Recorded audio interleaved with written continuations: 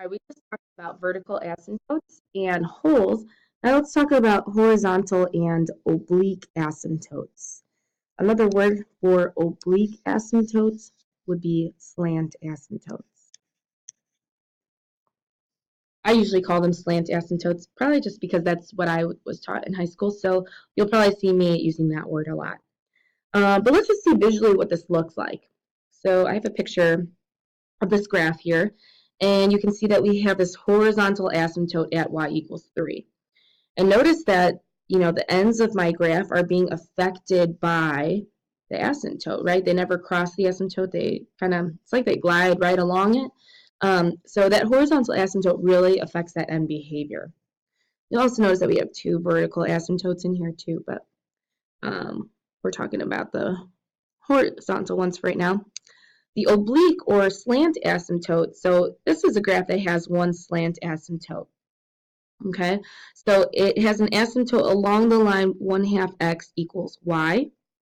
What did I just say? 1/2 x minus 1 equals y. So it goes along that line. This one also does have a vertical asymptote. It's just not drawn in here, just to focus your eyes on that slant. And we'll talk about how do we know, based off the equation or the function, how can you tell if it has a horizontal or oblique asymptote? Again, just some things to note.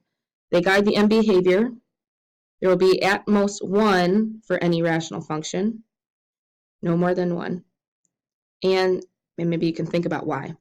And the function can touch / cross a horizontal or oblique asymptote. So usually, we've always been taught like they never cross, but they can for the horizontal one or oblique, it's possible. And we might come across some examples of that. So here, what I want you guys to take a look at is you're given all of these rational functions, and it tells you, like here, there's no horizontal or oblique asymptote. Here there's an asymptote at y equals 0, and so on. So what I want you to do first is kind of classify, like, okay, which one of these are horizontal asymptotes, which one of these are oblique. I'm going to do that using a highlighter. You can do that like circle, star, whatever you want to do.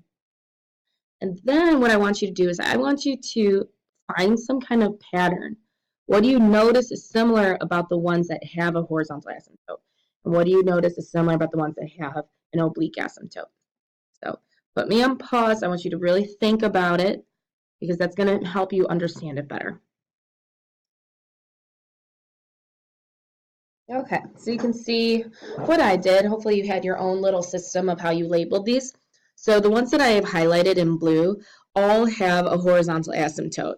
The asymptote is an equation y equals a number, right? So it goes straight across. And then the ones that I highlighted in purple all have a slant asymptote. So their asymptote is an equation involving x. Okay, so it might go diagonal, or this one is a quadratic.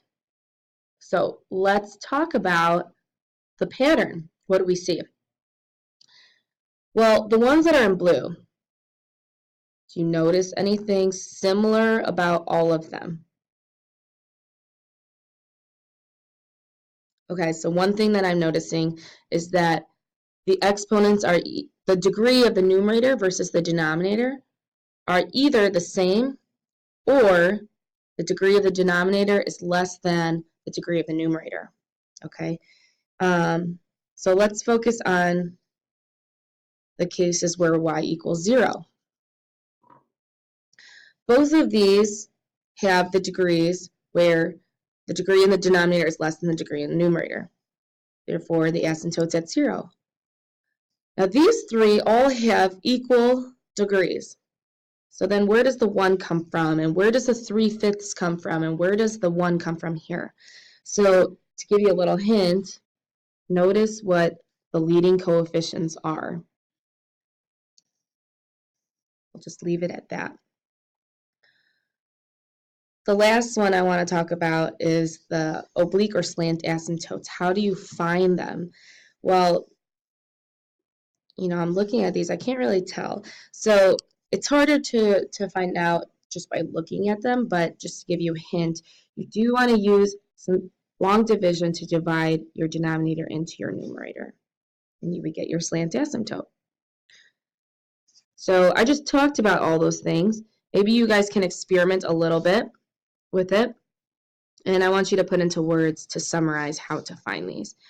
If you're still unsure, maybe look into your textbook or online and see what kind of research you can find to put it into more simplified terms.